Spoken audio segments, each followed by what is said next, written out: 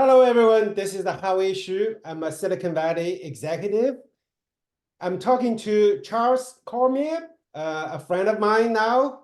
He interviewed me a couple of months ago, and I really found his work to be intriguing. And I told him that, can I interview you? And then he said, sure. So that's why I'm talking to you, Charles. Hey, Charles.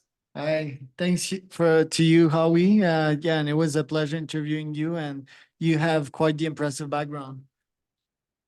So the reason I reached out to you back again is in the last few months and or maybe last couple of years, podcaster has become a thing, right? It went from a minority to you hear lots of people doing that. And I've always been thinking, why is that, right? What happened?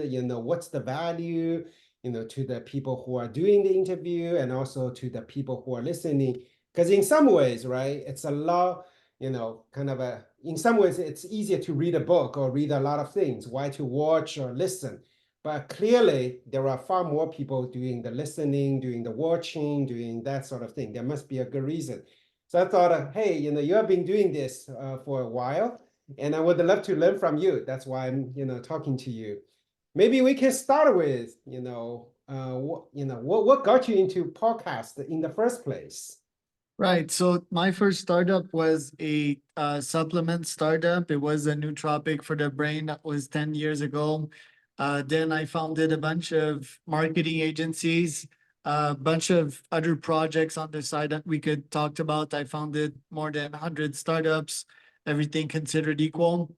And I realized that, okay, at some point, I was sitting in this penthouse in Mexico and I was like, I need to give more. So and I also always had this experimental mindset, right? So I thought, why not launch a podcast? I launched a pod because I already knew how to outreach to CEOs and founders at scale. I use Apollo, I use SendGrid to do that.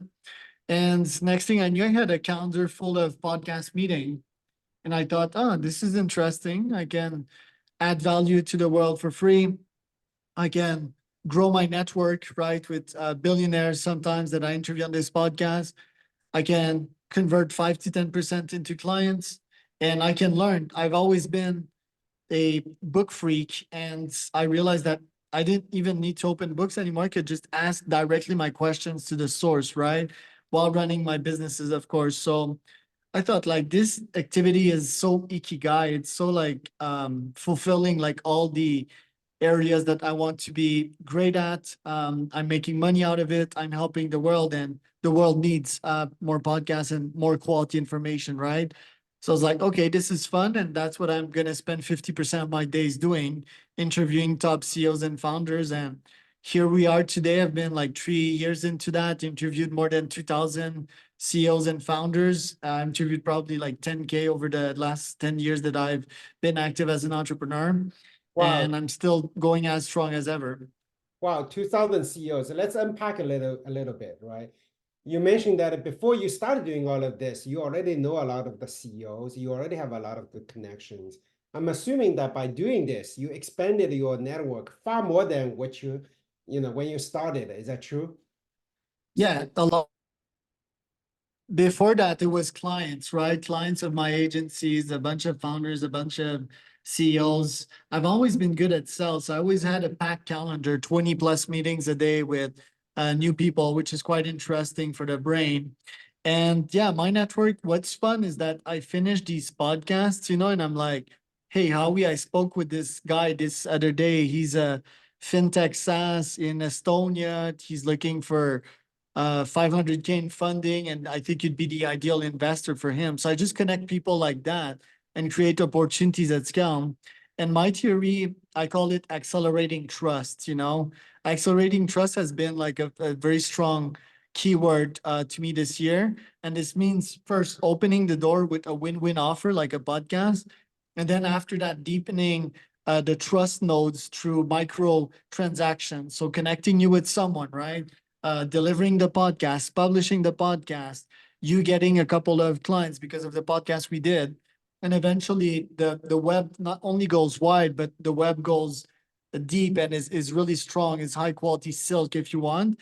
And with that, I can fulfill my vision of creating the strongest startup ecosystem in the world. Cool. So this is the for, I got onto your show, did an interview and then people reach out to Howie. Hey, Howie, you are doing fintech or you're doing this. So there's clearly benefit for me. And then for you who are as a host, you expand your network, you kind of get more trust from the people you interviewed with, right? And also probably some audience. Do you also get some from the business point of view, like a direct business point of view? How do you see that angle? How does the podcast help your business directly? Indirectly, I see a lot of that. I get it. Yeah, well, CEOs and founders in tech, they happen to be my ideal customer personas as well for various of my businesses. Tech founders and CEOs are probably 25% of my clientele nowadays. So I try to, Maybe this is the opportunity for you to just elaborate a little bit about your business model, so that the context yeah, is clear. nowadays, I do a bunch of things, but two of my main businesses, one is cold outreach as a service, right? So like cold emailing people to get more sales. I also do the same, but to raise funding, right, for people. The second main business that I run, guess what it is? It's podcasting as a service. So that's the smart thing. Two smart things here. One, the cold email as a service. How do I sell it to my clients? Through cold email, right? And Yeah, that's the same way I reach out to you for my podcast. The podcasting as a service, how do I sell it to my clients? By having them on a podcast first, right?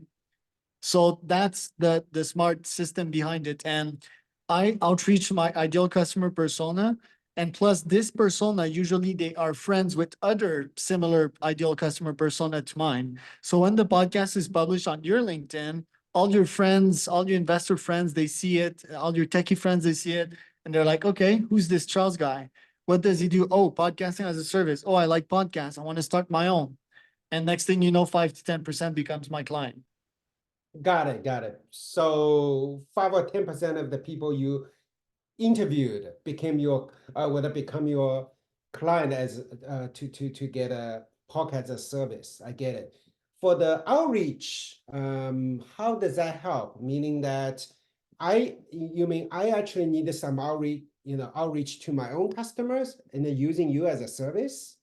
Yeah, the thing is that the front door to podcasting as a service is outreach. How do I get new people on the podcast? I use this tool called Apollo, which is a YC startup, a $1 billion startup, and they are a database and they are also a cold emailing tool. So they give you 10,000 contacts per month. I connect it with SendGrid and I can send up to 50,000 emails per month to a bunch of CEOs, to a bunch of founders saying, hey, Charles, you want to be on the podcast? We will talk about fintech and top leads. Can I send you more information? Once a person tell me yes, I just send them a template with the full information about my podcast and I filter them through that. I'm like, I only talk with high performers. This is not a PR show, da da da. And then people confirmed and they're plugged in my calendar. So it's pretty systematic. So meaning that for the outreach, you do outreach just to invite people to do podcasts. Basically, podcast and outreach, even though those are two startups, two different companies, but they are kind of a tangled together very much. Is that what you're saying? Right. The cold outreach in itself. So my company for that is called Top Leads, right? For the podcast, it's called Podfire. For the outreach itself, most people nowadays, they still hire me for direct sales meeting using Apollo as well. The only difference is that we're not inviting people to podcasts, we're inviting them for demo call, right? That still works, but it's harder. That's actually why I started my podcast business, is because I would see that it's harder in this market to convince people to hop on a demo call at first. And nowadays, you need to be a bit more strategic. You need to invite them to a podcast first, make friends with them, send them a newsletter, send them information Very, about yourself, and eventually convert them into clients. very interesting. So you are basically saying that it's easier, relatively speaking, on this planet, nothing is easy, but it's easier to get people to be intrigued to be on your podcast than jumping on a call, Zoom call to look at your demo, right? Basically, right? Right. I mean, my brain at first it was like that, but what I discovered is that it's complementary. So someone that will say yes to a demo call will be immediately interested in your solution, right? But someone that's like more successful, let's say like a billionaire, right? He won't accept to come on a demo call, never. But he might accept a podcast call, interview him about his background and so forth. And eventually that guy will close big time. So the podcast closing rate is lower than the direct sales demo call closing rate. But when it closes, it closes big time. It's a bigger transaction usually. Right. But wait a second. The billionaire or the CEO, they are not going to be the person who says, "Oh, I like your product. Let me sign a check." You still need to work with, I don't know, the IT director or whatnot, right? Yeah, most of the time. So the billionaires are an interesting example because there's all kinds of billionaires, right? There's billionaires that are almost retired and are just investing in their spending time on their yacht and their jet skis, right?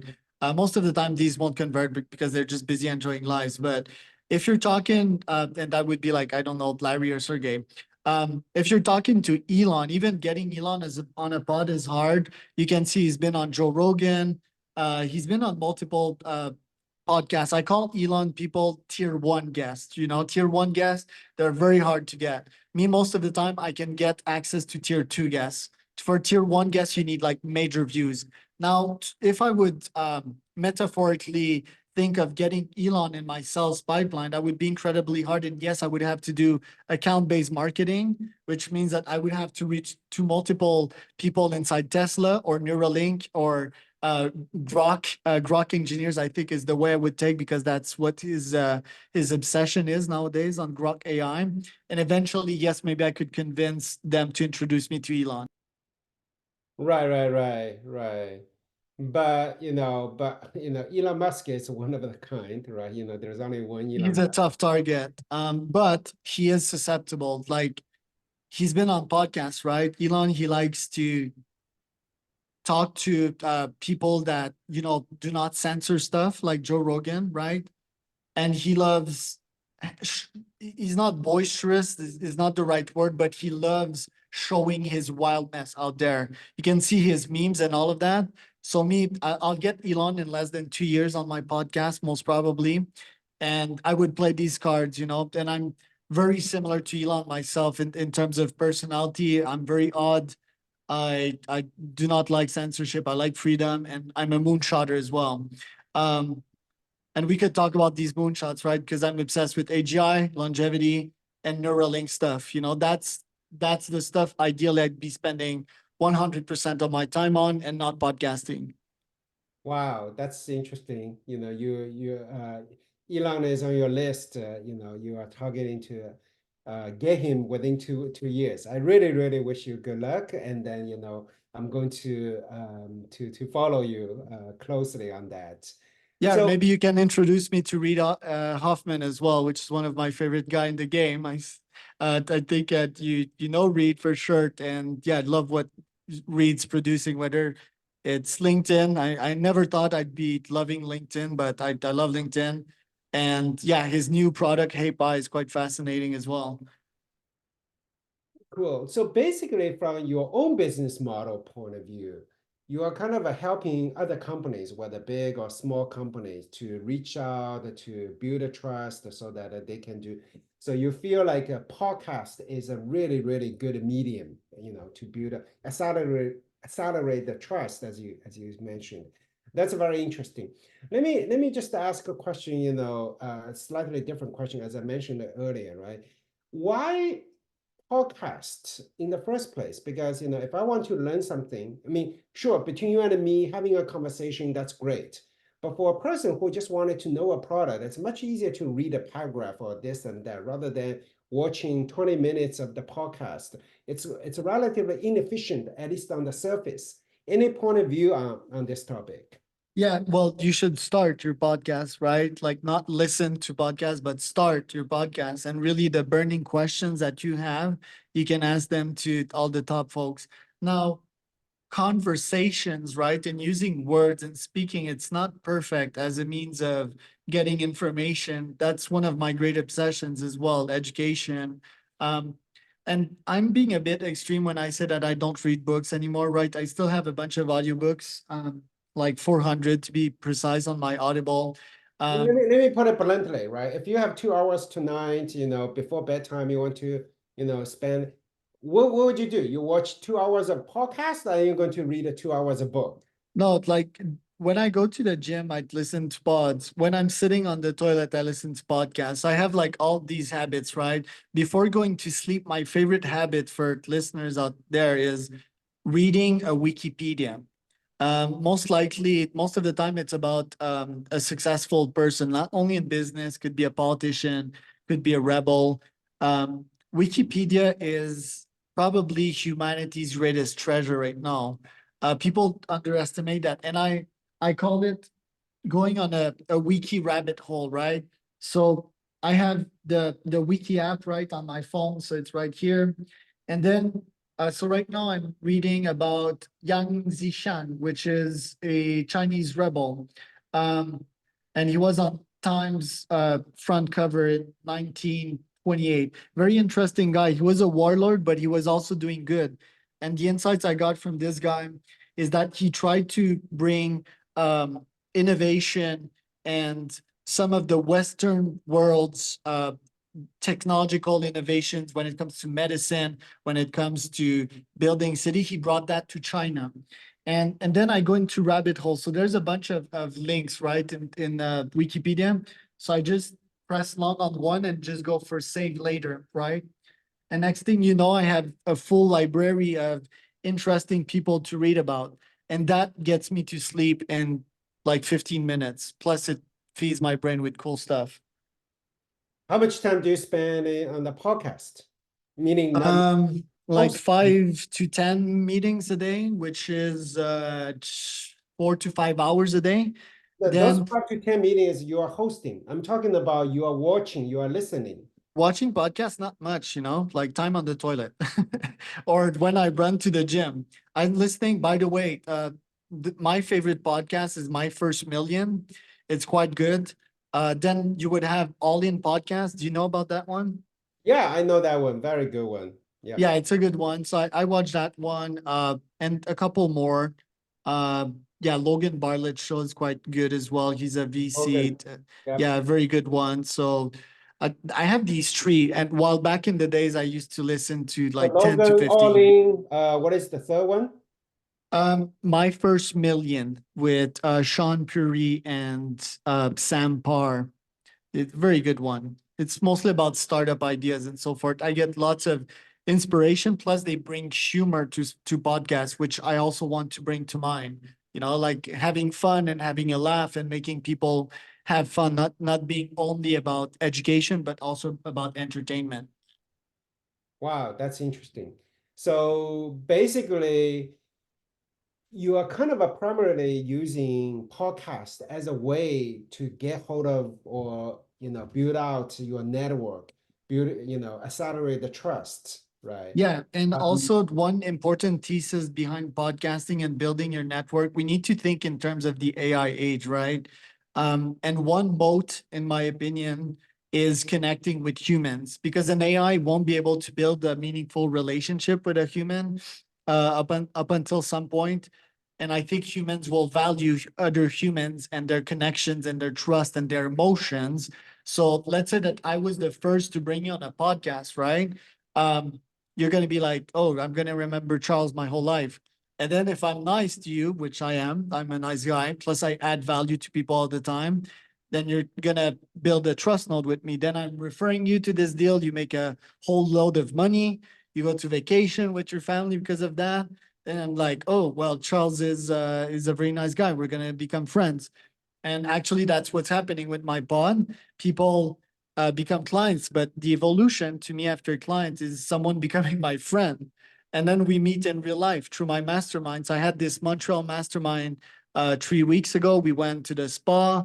We brainstormed about business. We had a bunch of insights. We went to the restaurant. And I think that's like the final evolution of my podcast. And if I would want to push that further, I'd love to eventually build Entrepreneur Land, which would be my country or my country and a bunch of other entrepreneurs' country, and which 100% of the population would be entrepreneur. Because that's my crusade nowadays. I want people to start businesses. That's a great crusade of mine. Wow. So anything else, in the AI era, right? It's going to be a very different world with ChatGPT, Sora, more and more in the next few years, how we, learn things, how we do work. In that world, how do you think this podcasting is going to be, evolving? More important, or, how do you look at it? Right. We are marching toward Well, a world that's going to be very different from what we have today. yeah, two aspects that I study a lot, like sales AI and podcasting AI, right? So podcasting AI, there's already a bunch of AI in podcasting. So for example, this podcast, we could post YouTube short out of it with opus.ai. That's a top startup, ex TikTokers. I think they went to found that. It's really cool. It automatically, Opus is a great tool. The yeah, CEO brand, very it's good. amazing. So there's already that, right? In the outreach that I send you, there's high likelihood that there was AI too. Um, you can also picture Charles AI and Howie AI having a conversation right now. This is not rocket science. There would probably be less ums, be colder questions, which would take the humanity out of it as well, which would be a bit weird. But that is about to come, right? It's just videos. It's two AIs interacting with one another, and then that's the fun. That's a great fun uh, that we will witness. What, right? Like, what's the level of Charles AI and what's the level of Howie's AI? What model is Howie's AI using? Is Charles using a lower model because he doesn't have money to pay for a higher AI model? So it will become fun, you know? Your AI could be stronger than mine and it could ask tough questions, and my AI would be like, I'm dumb. And yeah, that would be funny. Anyway, so you could picture the future of virtual twins, right? In terms of AI and podcasting. With sales AI, it's a fascinating world. I think that most salespeople are not going to have sales profession. I think most of it is going to be done by AIs. Eventually, that could come in with, okay, here's what I have to offer and here's what you need. And then there would be a blockchain transaction between both AIs of buying and selling. But before that happens, like I'm using this app called clay.com. And for my cold outreach, it's pretty amazing what you can do with that, because it's like an Excel sheet with ChatGPT, right? So you can tell it, okay, give me 3 reasons why Howie would be a good fit for top leads, right? And then it would take all the top leads data, all your company's data, and craft a message in which we both share some interests, right? So that's the kind of outreach that Clay can do. And plus it has out access to all sources of data out there. So that would be the future of sales AI. And yeah, podcasting AI, it'll be pretty fun. And if you've seen already, there's been the Joe Rogan AI podcast that's been published on YouTube. It's a guy that did a passion project and has Elon Musk interview people that not Elon Musk, has Joe Rogan interview people that he hasn't interviewed yet, like Trump. And it's pretty cool, the result. Meaning that he's talking to Trump as if Yeah. Trump is there on the other side. Yeah, with the Joe Rogan voice, the Joe Rogan expressions. Um, and I think it's still far-fetched because Joe Rogan would ask tough questions to Trump, it wouldn't have a conversation with Trump, I think, or I would like to think. Who knows? That would be fun, actually. I see. I was actually about to ask a question, maybe it's related to what you just discussed. So it sounds like you are having fun and then making good progress in terms of providing the podcast as a service as well as the cold outreach as a service. Does this scale, right? The one question is you are doing a good job, probably even making money, profitable or whatnot. But does this scale, right? Is that bottleneck? Last I checked, you also have 24 hours a day, right? And what's your thought? Yeah, scale is my favorite word. So does it scale is probably one of my favorite questions that I ask myself probably every day, right? The podcast experiment, it's been going for more than 3 years now, and my gut still hasn't told me that it doesn't scale. Now, if I ask myself this question, if I ask my brain this question, I think networking with individual and creating connections, emotional connections with humans will scale for a very long time, even in the age of AI. So call it like probably a boat of 60 plus years, just like me connecting with top people and making deals with other humans. That is until the Neuralink comes, and that's tough to picture like what the future would look like. Yeah. Sales and money, it does scale, because if I get money, I can invest it in places and make more money. So that's cool as well. Learning scales forever, because if I learn, I can start a bunch of business, right? Like these CEOs and these founders, they give me ideas all the time of what business to start, of what copy to write in my next cold email campaign, of what tell this client that asked me the specific questions. So I'm constantly learning. And the last thing, giving out free data to people, that's good, right? Like that's giving out value for new entrepreneurs to start business. So it really meets like my full scale ikigai. And yeah, I think it's one of the most scalable activity one can do out there. Um, Even more than starting a SaaS or an AI SaaS. Because starting an AI SaaS, yeah, I mean, first it's really hard. You need to have the skills. Um, you need to find funding in most cases. I'm not sure still if I'm a believer in getting funding myself as a libertarian. And yeah, but I'm also doing that, right? I'm also starting a bunch of SaaS with a bunch of co-founders, the technical co-founders. I'm in charge of sales, the 0 to 1 guy. But yeah, podcasting, doing that like 40 to 30% of my days, I think it's very scalable. So you are doing what, 4 to 6 hours a day hosting the podcast, right? Yeah. And these are 12 to 16-hour days that I crunch routinely because I biohack with people like that sponsor my podcast, by the way, Qualia. Uh, Biooptimizers. I've been a biohacker since 10 years. My first company was a nootropic. And yeah, basically I take care of myself a lot so that I can go all in for like 16 hours a day. Wow. And 3 years into it, you don't feel like your hour is the bottleneck to grow your business yet, right? So another cool or interesting story about me is that I hired and I fired 1,000 humans in the last 10 years. I had call centers with 200 employees. I had a LinkedIn agency and a lead gen agency with a bunch of employees. So I decided 2 years ago, that was a very important decision in my entrepreneurial life, to not bet on hiring 9 to 5 humans anymore and to fully create automatic systems and to work with AIs instead of humans. I still work with humans, but in partnerships and in co-founderships. But nowadays I spend it fully on building systems and yeah, not like So at this hiring and point, trying to your scale. employees are robots at this point, whether software Right, they're or softwares. So software. let's say that I want more leads, right? I pay Apollo more. Let's say that I want more YouTube shorts, I pay Opus more. So yeah, and I'm really bullish on that. It doesn't mean I don't like humans. I love humans and learning more about them. But yeah, from a work and capitalistic perspective, I'm way more believing in softwares than humans, which is contrarian. Interesting.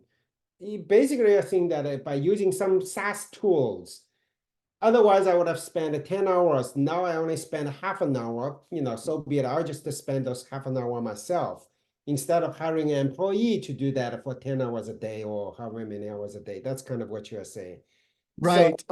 Maybe I can explain that, by the way. Okay, so first, dealing with humans is emotionally hard. Most of the time, if you're anything like me, you'll only have the budget to hire C and B players. If you want to hire A players, you need to make big money bets. In Silicon Valley, that means 300K to a million a year per employee, right? Which is hard to sustain. You need funding. And I'm not for funding as of now, as I mentioned. That's one. Um, Two, I quoted on my LinkedIn today, uh, software stay, humans leave. And that is truth. If you look at the average stay of a human nowadays, it's maximum 2 years in companies. They stay. Software stacks, they leave. I mean, and software stacks, they're there to stay. Sometimes they break, yes, the servers go down, but most of the time they're always active. and they keep on delivering forever. And last but not least, I think that me personally, it was a form of laziness hiring all these humans. I was like, it's gonna be easy. I'm gonna hire a human, they're gonna learn quick, and they do, by the way. But then their performance go down and that's over. While programming a software, at first you need to deliver lots of energy to get it off the ground. But once it's off the ground, it keeps on delivering forever. So that's my thesis. Very interesting. So you are kind of in some ways, painting a picture that if everyone follows you as the role model, you are advocating a picture that there will be a lot of the solopreneur kind of the scenarios out there, right? Whether doing Charlie stuff or doing John or Joe doing some solopreneur, you see less and less like a John or Charlie has to hire 10 people to do the work. Right, that's exactly it. And I used to hate on solopreneurs because I was like Mr. having 200 friggin' employees, right? And by the way, that's big bias, like I am very good sometimes at convincing myself of the wrong stuff. So that's one important lessons for listeners here. When you're smart, sometimes you convince yourself of falsehood just for justifying your own mediocrity. So let that sink in. That's a very good one. But in that case here, that's exactly right. Like one quote that puts it pretty well nowadays is Sam Altman's one person $1 billion company. That's my vision. Because I used to think that solopreneurs were low ambitions, right? They had no cost. They wanted to keep the business lifestyle. But yeah, nowadays my vision is I'm gonna be somewhat solo. I'm gonna have partners, right? Equally competent entrepreneurs to me or partners. And the rest is gonna be executed by robots, as it should. Very interesting, very interesting. So yeah, I actually, had a similar view on this for a while as well.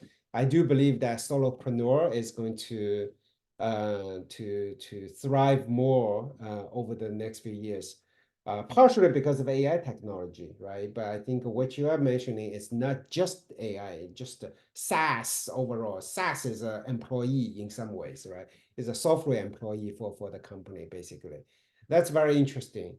So Yeah, and that's if you check freelancing numbers, they're also going up, right? So I'm not meaning like everyone should be Silicon Valley founders, probably more advocating for you should take some charge of your sales, right? And I know it's easy to get like one contract with one employer, but the future is most probably an AI bot checking for company contracts and pairing freelancers with quote unquote companies or bigger brothers.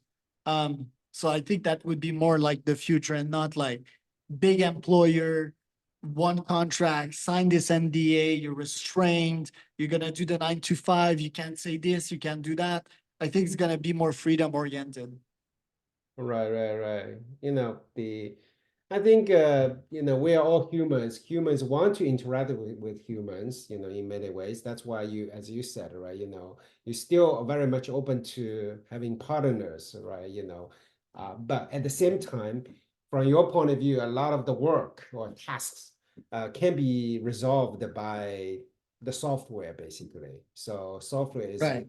eating the world from that point of view. And what do you think of AI's humanizing interactions like Reid Hoffman, right? Like Hey Pi. Hey Pi is like this coach slash psychotherapist. Do you think that us humans can have human quote unquote interactions with AIs? Well, you mentioned a little bit earlier, right? I mean, someone can, not someone, the AI can do Charlie's interview, Charlie.ai can do the interview too. However, you said it that if you compare the Charlie.ai versus the real Charlie, I think that my strong suspicion is, the AI version cannot ask a very deep, as relevant questions as you, at least not as frequent as systematic, right? I don't think we are going to close that gap, at least in the near future, because that's a tough order, right? That's tough thing to do. But if you just do some commercial, do some I wouldn't say shallow, but less in depth, less domain specific, I can totally see John.ai, Charlie.ai, Howie.ai can ask some, interesting enough questions and get it going. From that point of view, the world is pretty scary, right? We already have a lot more AI generated content in the text, right? Paragraph, marketing stuff.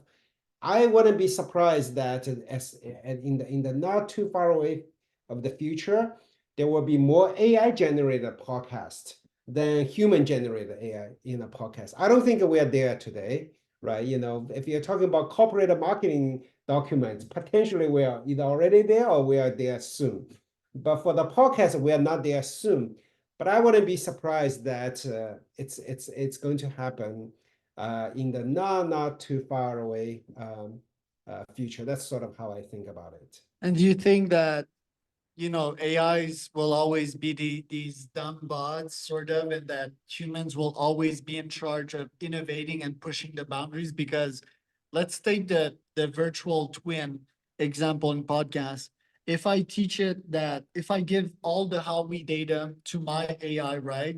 And if my AI listens to your current responses, your AI's responses on the pod, and I tell it, stay in the present and use 80% of what Howie AI tells you right now, plus 20% of the data that you scrape to formulate your question, I'm not seeing why it couldn't bring up better questions than myself right now. If I teach it the right algorithm, right? But that would need to come from a human. So do you think at some point the algorithm itself of the podcast will be able to teach itself a better question out asking algorithm than I? Yeah, like I said, I think if you ask for, if you're talking about good enough questions, I think Charlie.ai, Howie.ai can do that soon, if not already yet. The question is asking some very intriguing question, right? I think AI may still have some gap. That being said, I would also argue that even, let's say, Charlie becomes the best podcaster person on the planet and can ask very intriguing questions. But guess what? You're still not going to be as consistent as AI, right? Because you could get up in the morning. I didn't sleep too well. I'm going to talk to Howie, but I'm not at the best of myself. And then in that mode, right, you may not be as good as Charlie.ai.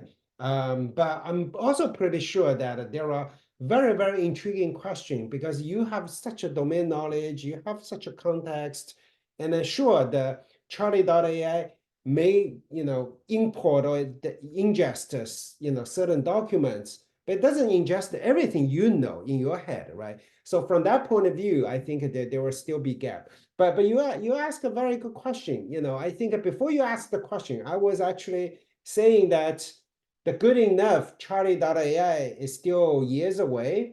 But now that I think about it, it may still not be there today, right? But it's not far. It's not like years. You can build, you can fine tune your Charlie.ai to a level. I think it's actually pretty good. I mean, if Yeah, anything, I actually love ChatGPT. I mean, people say ChatGPT good or I bad. love ChatGPT. Yeah, all that sort of things, right? But one thing ChatGPT is really, really good is be a be a partner at a brainstorming discussion table, right? Hey, what do you think, right? This and that. I'm going to talk to Charlie. Tell me 10 questions I may ask. Maybe 7 out of the 10, or even 9 out of the 10. Yeah, I'm not sure I'm going to, but there will likely be at least one of them. Oh, I didn't think about it, right? Okay, at least you reminded me, to ask Charlie about it. So this is one of those things. I think a podcast is the same thing, right? Even though Charlie.ai may not ask, all the question that you feel like, that's going to blow your socks away. I bet there are questions that you say, oh, that's a decent question because I forgot to ask. But the consistency level of the AI or Charlie.ai is Yeah, already impressive, in my they opinion. had the AI has the data forever. The consistency, like you said. So that doesn't leave the human with much. Yeah, because the human, I might be low energy, I might forget about things, right? Then ChatGPT, yes, it's a good shaman, okay? It's a good friend. You know, it's like having a nice philosophical discussion with a friend. ChatGPT doesn't get offended easily. Well, I mean, it's a bit woke, but like it will, if you ask it something, it will do it, right? And as humans, we love when we ask something, a tool something, and we get an instant reply back. That's like immediate dopamine. So yeah, great partner to ask any questions, to have philosophical discussions, to ask science questions. It's amazing. Good. I have one last question for you. So going back to Elon Musk, right? It's on your list to invite him on your show within 2 years. But there are hundreds of thousands of CEOs or the leaders they are not Elon Musk. Why they should be on the podcast? Do you feel like imagine YC company CEO in the next 3 years? Do you think each and every YC company CEO should have their own podcast or be on the podcast as frequent as possible, right? That's one point of view. And then the other point of view is, hey, Mr. CEO, just the laser focus to solve your problem, right? Podcast, that's great, the bonus, do that occasionally, that's fine, but don't make that a primary thinking, right? So how do you think about this topic? Yeah, it's a good question. Okay, well, first, yeah, Elon will be on the pod. Nowadays, sometimes I struggle when I get people that are not as high performers as I would think they are, or humans that are kidding themselves. I get a bit discouraged, but then I'm like, okay, I do this for free and I do this to do good, right? So at least I provide them their first experience. I give them some type of feedback if I'm brave enough, right? Because it's tough to give feedback to people without breaking their hearts and breaking yours. Then your YC question, well, I get a bunch of YC founders on the pod all the time. Today, I launched 2 campaigns targeting YC Winter 24 startups. I mean, they're the best founders in the world. If they should have their own podcasts, I mean, I'm biased, but I would say like the non-technical founders should have the pod, and they should invite like highly relevant people for all the reasons I mentioned, right? Learning, doing sales, growing their network, pivoting quick, and having a main growth channel. I do think that podcast can be a main growth channel. If you think of various podcasts, My First Million is a good example, or All In Podcast. All In Podcast, it's for humans, a bit different, but My First Million, it's two folks. And there's been a bunch of founders that have grown companies to gigantic size through their podcast as a channel. Today, we didn't really talk about like sponsoring your podcast, but that's another way which you can make money, right? And you can fund your company with that money. Plus, you can get nice products. So with Ramen noodles, you can get nice nootropics and stimulate your brain to build a better startup. So I would say yes, but I think of Paul Graham every time I try to give advice to YC startups, and that's always hard. Paul Graham is a sage. He's a top man.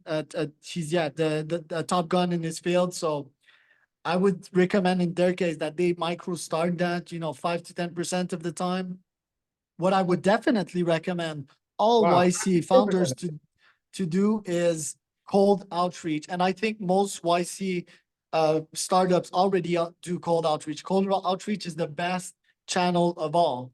You compare everything: Facebook ads, LinkedIn ads, calls, text messages. You compare everything. Cold email always win. So I would recommend that 100% of them do cold outreach. I would recommend that, I don't know, probably 50% should launch a podcast.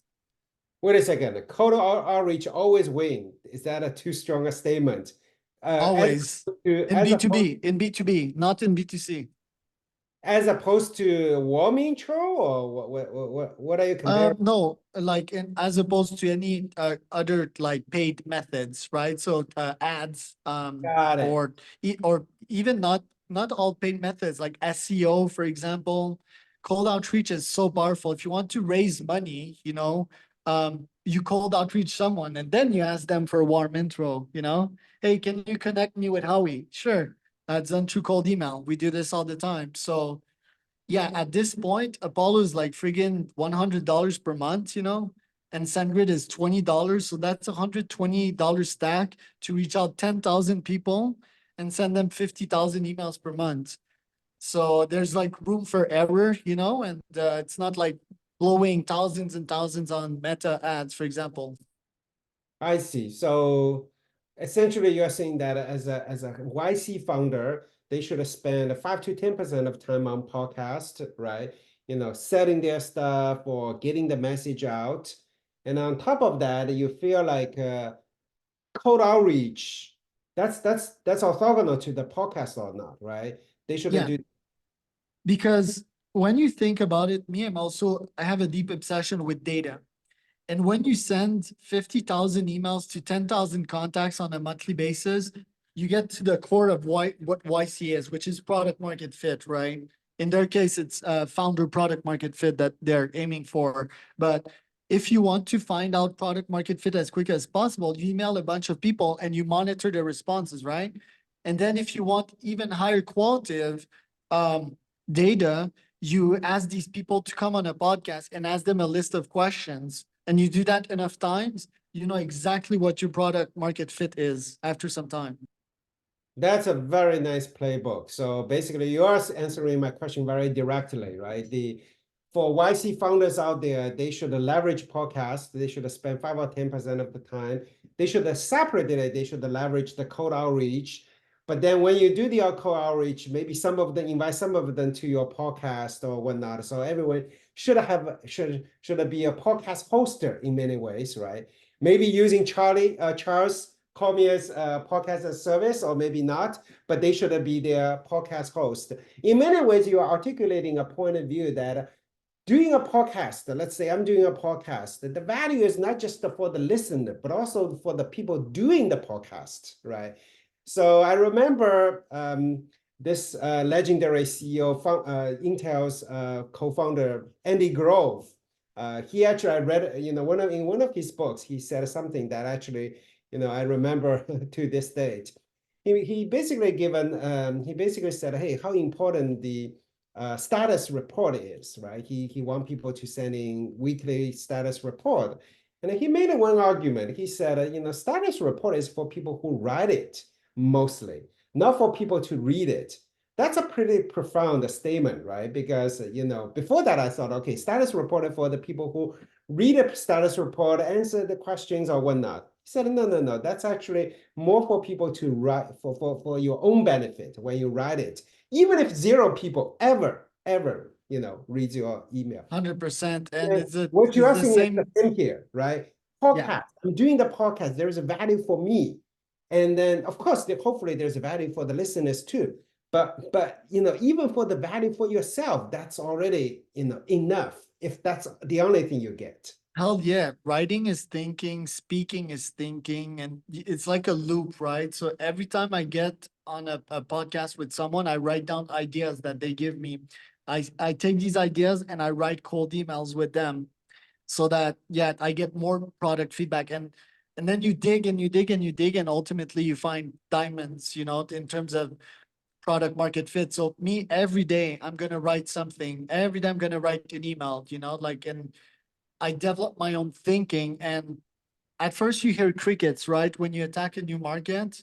Like for example, right now I'm trying to offer my cold outreach services to VCs directly so that they can use me to help their startups find funding plus send emails, and I take equity in their startups, right? Venture partners, the position for that, or EIR. You've been an EIR, so you know about that. And I would also help them raise more funds and get on podcasts, for example. But before today, I didn't know how to phrase that. Today, I got on a call with a VC partner that I had first on my podcast. Second, I had him on my mastermind. And today he was like, okay, Charles is a beast. I need to have him in my VC. And he provided me the template to outreach at scale and do that EIR or venture partner service of mine. And I feel that I'm getting closer to the objective. Before that, I didn't know how to phrase any of that. I didn't even know what I wanted. So the more feedback you get, the more you test it against the market, the closer you get to product market fit. And then you actually do find the time between the calls to reflect on the podcast and then write it down, take actions, right? That's very important too. Yeah, because I always have top energy, and this my style of writing is immediate. I just take all this energy and I put it like, and I type really fast. So let's say that in 1 minute I'll have an email written, you know. And normally I send a sequence of 3 emails in one campaign. But if I don't have time, I'll just write one email and add like 3,000 contacts to it and test it immediately. I'm obsessed with speed because a lot of people nowadays they go in paralysis analysis. They never get anything done because they constantly doubt themselves, right? Oh, this is not good enough. Oh, the VCs are gonna reject me. You know, like me, I instantly act on feedback. I instantly get negative responses sometimes, but I instantly improve, which means that I can get 100 times faster to product market fit than most people out there. Great, great. So I know that I was going to ask you the last question, but since I was watching what's on your screen, let me ask you last question before we close.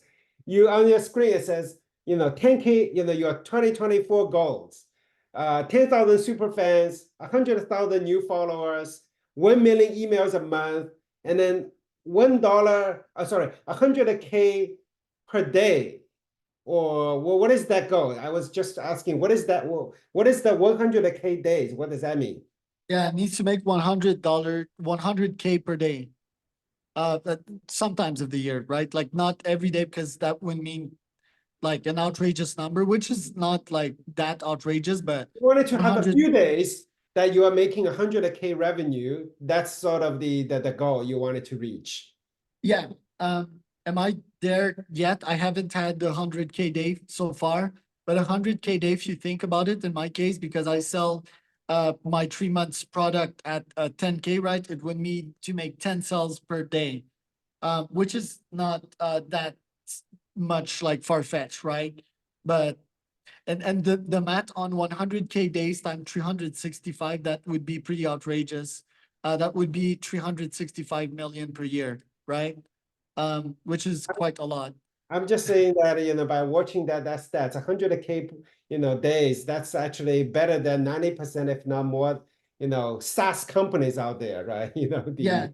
The lesson here is I've been setting goals for 10 years. You've been setting goals for like what, 40, 30 years? Um, I'm probably a bit more than 10 years, like 15 years in my case, but I've tried a bunch of things, right? I've tried the 12-week year. I tried like a whole bunch of strategies, Tony Robbins' way of setting goals and so forth. And nowadays I just go with what feels explosive to my brain. Like if I would reach any of these thing on my screen, by the way, the 10 super affiliates, I might reach it. The 150 to 200 pounds, I'm 170 pounds right now. So I'm muscling up. The beachfront house also is coming my way pretty quick. The AGI, I've already partnered with someone. But the point is, if I would reach one of these, I'd be like, holy shit, man, this is incredible. So that's how I set goals nowadays. It's not like spending hundreds of hours defining my goals and segmenting them. I've tried that all. That didn't really work in my case. I go with these really explosive goals that are easy for my brain to understand. Wow, this is a fantastic. Charles Cormier, CEO at Top Leads Cold Email, as well as the podcast as a service. It's super nice to have a chance to talk to you today, and I learned so much. I'm pretty sure our audience is going to learn a lot from you. Thank you.